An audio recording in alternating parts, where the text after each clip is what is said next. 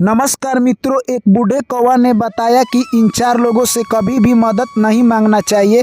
अक्सर अगर आप इनसे मदद मांगते हैं तो आपको धोखा दे सकते हैं, क्योंकि ऐसे लोग हमेशा मौके की तलाश में रहते हैं और आपको जब भी मौका मिलेगा तो धोखा दे सकते हैं। इसलिए इन लोगों से बचकर रहना चाहिए। आखिर वो 4 लोग कौन से हैं जिन्हें हमें बचकर रहना चाहिए? आज की कहानी काफ़ी ज्ञानवर्धक और मार्मिक होने वाली है। चलिए दोस्तों, कहानी को शुरू करें।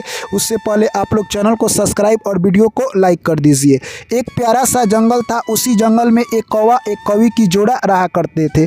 कौवा थोड़ा सा बूढ़ा हो चुका था और ऐसे ही अपना समय व्यतीत कर रहा था। दोनों पासी के जंगल में रहा करते थे, एक बरगद के पेड़ पर। दोनों जब भी दाना चुगने के लिए जाते थे, साथ ही जाते थे।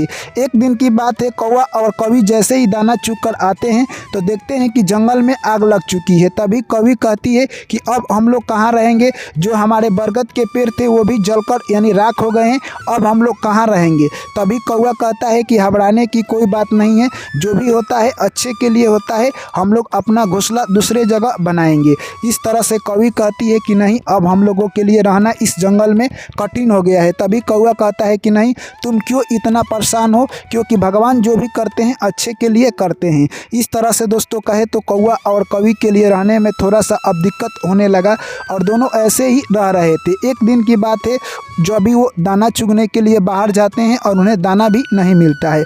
तभी कौवी कहती है कि हमारे ऊपर पहाड़ों का मुसीबत टूट गया है, अब हम लोगों को दाना भी नहीं मिल रहा है। इस तरह से 2-3 दिन हो गए, अब उन लोगों को दाना भी नहीं मिल रहा था और ऐसे में आ गई थी अब बारिश की मौसम। बारिश की मौसम में बारिश नहीं हो रही थी, जिससे कि अब आपको बता दें, उस जंगल में पेड़ पौधे जो भी बाकी थे वो सूखने लगे थे। पहले ही आग से कुछ झुलस गए थे और सूखने लगे थे। इस तरह से यानी कहे तो उस जंगल से अब बहुत सारे जीव जंतु पक्षी पलायन करने लगे, दूसरे जंगल में जाने लगे। तभी कौवी कहती है कि देखिए, हमें काफ़ी तेज़ भूख लगा है और आप इस जंगल को छोड़कर दूसरे जंगल में चलिए, वहीं पर हम लोग अपना जीवन व्यतीत करेंगे। कौवा कहता है कि नहीं, हम लोग इसी जंगल में रहेंगे। भगवान क्या पता हमारे साथ कुछ अलग करने वाले हों, इसलिए यह सब हो रहा है। तभी कौवी कहती है कि नहीं, मुझे काफ़ी तेज भूख लगा हुआ है। इतने ही देर में दोस्तों आपको बता दें, एक सियार मांस का टुकड़ा लेकर उसी बरगद के पेड़ के नीचे आ रहा था। यह सब देखकर यानी कहे तो कौवी कहती है कि मुझे काफ़ी तेज भूख लगा है, मैं उस सियार से मांस का टुकड़ा मांगकर खा लूँगी। तभी कौवा कहता है कि तुम ऐसा गलती कभी मत करना। इतने ही देर में सियार आ जाता है। उसके बाद यानी कौवी कहती है कि हे सियार भैया, आप मुझे मांस का टुकड़ा दे दीजिए। यह बात सुनकर दोस्तों सियार मन ही मन सोचने लगता है कि अब मैं ये मांस का टुकड़ा खाऊं या इस कौवी को दूं, ये तो मेरे लिए ही पर्याप्त नहीं है दोस्तों। उसके बाद वो सियार मन में सोचने लगता है कि मैं हाँ बोल देता हूँ और जैसे ही कौवी खाने के लिए आएगी मैं इसे मार दूंगा और उसको भी खा जाऊंगा। मैं उसे मार दूंगा और उसे भी खा जाऊंगा और मेरा आज का काम हो जाएगा। इस तरह से दोस्तों आपको बता दे, सियार अपने मन में यही बात सोचकर बोलता है कि हे कौवी बहन, तुम आ जाओ और आकर ये मांस के टुकड़ा खा लो। इस तरह से कौवा कहता है कि तुम हरगिज ये गलती मत करना उसके पास जाने के लिए, क्योंकि तुम नहीं जानती हो वो हमारे साथ धोखा दे सकता है, क्योंकि वो हमारा दुश्मन है। तभी कौवी कहती है कि कैसे हमारा दुश्मन है? कौवा कहता है कि आओ मैं तुम्हें बताता हूँ। यानी एक बार की बात है, एक जंगल में एक तोता और तोती रहा करते थे। जिस पेड़ पर वो रहा करते थे उसी पेड़ के नीचे एक सर्प रहा करता था। जब भी तोता और तोती अंडे देते, सर्प जाता और उनके अंडे को खा जाता था। इस तरह से तोता और तोती काफ़ी परेशान हो चुके थे। उसके बाद तोती कहती है कि इस जंगल को हमें छोड़ देना चाहिए। तभी तोता कहता है कि समस्याओं का समाधान करना चाहिए, न कि उससे भागना चाहिए। अगर हम यहाँ से दूसरे जगह जाते हैं तो क्या पता हमारे साथ वहाँ भी ऐसा हो सकता है, इसलिए हमें इस समस्या का समाधान ढूंढना चाहिए। दोनों एक दिन बैठकर यही सब बात सोच रहे थे। तभी वहाँ से एक बगुला जा रहा था। कहता है कि हे तोता भैया, आप क्या सोच रहे हैं? आप लग रहा है कि बहुत कष्ट में है। तभी तोता अपना सारा कहानी सुना देता है। उसके बाद बगुला कहता है कि मेरे पास एक उपाय है जिससे कि आपका दुश्मन भी मारा जाएगा और लाठी भी नहीं टूटेगी।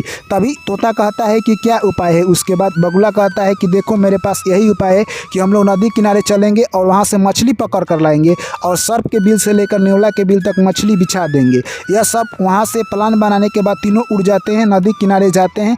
उसके बाद बगुला मछली पकड़ने लगता है, तोता और तोती को दे देता है। इस तरह से तोता और तोती तोती उस सर्प के बिल से लेकर नेवले के बिल तक मछली बिछा देते हैं और आकर तीनों उसी पेड़ पर बैठकर इंतजार करने लगते हैं। कुछ समय के बाद दोस्तों आपको बता दें, यानी नेवला अपने बिल से जैसे ही निकलता है उसे मछली दिखाई देती है। मछली खाकर यानी बोलता है कि भगवान ने आज मेरे लिए भोजन घर पर ही पहुंचा दिया। इस तरह से वो भगवान को धन्यवाद देने लगता है। उसके बाद कौवा कहता है कि हे कवि, तुम इस कहानी को ध्यान से सुनना, आगे देखो क्या होता है। उसके बाद जैसे ही नेवला आगे बढ़ता है, देखता है कि एक और मछली है। यह सब देखकर नेवला काफ़ी खुश हो जाता है और सोचने लगता है कि मेरे साथ कोई चाल तो नहीं चल रहा है।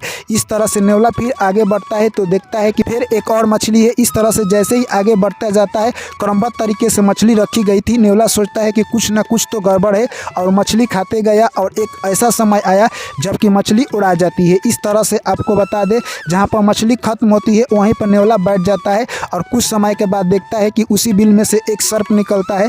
सर्प और नेवला के बीच घमासान युद्ध होता है और कुछ समय के बाद कहे तो यानी नेवले ने सर्प को मार दिया। इस तरह से यह सब देखकर तोती कहती है कि हे नेवला भैया, आपने मेरे दुश्मन को मार दिया, इसके लिए दिल से बहुत बहुत धन्यवाद। तभी नेवला कहता है कि क्या तुम मेरा शुक्रिया अदा उसी पेड़ पर से रहकर करोगी या नीचे आकर भी करोगी। तभी तोती कहती है क्यों नहीं, मैं आपका शुक्रिया अदा नीचे आकर जरूर करूंगी। और इतने में तोती शुक्रिया अदा देने के लिए उस नेवले के पास पहुंच जाती है। जैसे ही नेवले के पास पहुंचती है, नेवला उस तोती को मारकर खा जाता है और यह सब देखकर तोता काफ़ी उदास होता है और वहां से उड़कर दूसरे जंगल में चला जाता है।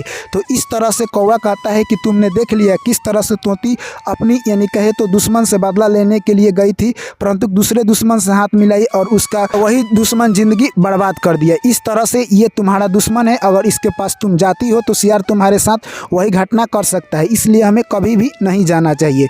यह बात सुनकर तोती कहती है कि हे पियासी, आपने तो मेरी मन की बात कह दी और मैं अब इसके पास खाना मांगने के लिए नहीं जाऊंगी, क्योंकि ये मेरे साथ वो तोता वाला कहानी कर सकता है, इसलिए मैं कभी नहीं जाऊंगी। तभी दोस्तों आपको बता दें, यानी उस कवि को समझ आ जाता है। तभी कवि कहती है कि वो कौन से 4 लोग हैं जिनके पास हमें कभी नहीं जाना चाहिए। तभी कौवा कहता है कि पहला, जो व्यक्ति यानी मीठी मीठी बातें करते हैं उन पर कभी भी विश्वास नहीं करना चाहिए, क्योंकि मीठी मीठी बातों में वो आपको कभी भी फंसा सकते हैं और समय आने पर धोखा दे सकते हैं। दूसरी, वो लोग जो कि यानी धूर्त होते हैं, जैसे कि ये शियार धूर्त है, अपने मतलब से मतलब रखता है, समय आने पर तुम्हें धोखा दे सकता है, इसलिए तुम इससे बच कर रहो और जितना हो सके इससे दूरी बनाकर रखो तो बेहतर होगा। तीसरी, अज्ञानी व्यक्ति के पास कभी भी नहीं जाना चाहिए, क्योंकि उसे अज्ञान के कारण कुछ पता ही नहीं है और तुम्हारे साथ मौका आने पर धोखा दे सकता है।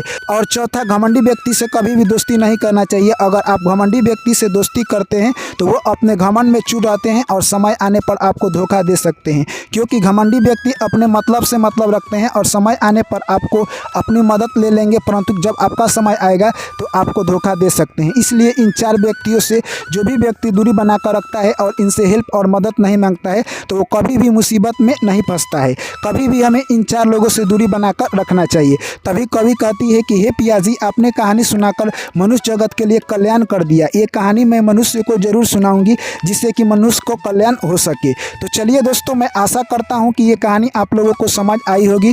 तो वीडियो को कर दीजिए लाइक। जो भी मेरे प्यारे साथी दर्शकगण चैनल पर पहली बार आए हैं तो चैनल को कर लीजिए सब्सक्राइब। आपको कहानी कैसी लगी दोस्तों, आपने इस कहानी से क्या सीखा वो कमेंट करके हमें जरूर बताइएगा, क्योंकि दोस्तों आप लोगों का कमेंट का हमें बेसब्री से इंतजार रहता है। पुनः आप लोगों से मुलाकात होगी एक नई कहानी में, तब तक आप लोग मुझे दीजिए इजाज़त। सभी साथियों को मेरा प्यार भरा नमस्कार। जय श्री कृष्ण, राधे राधे।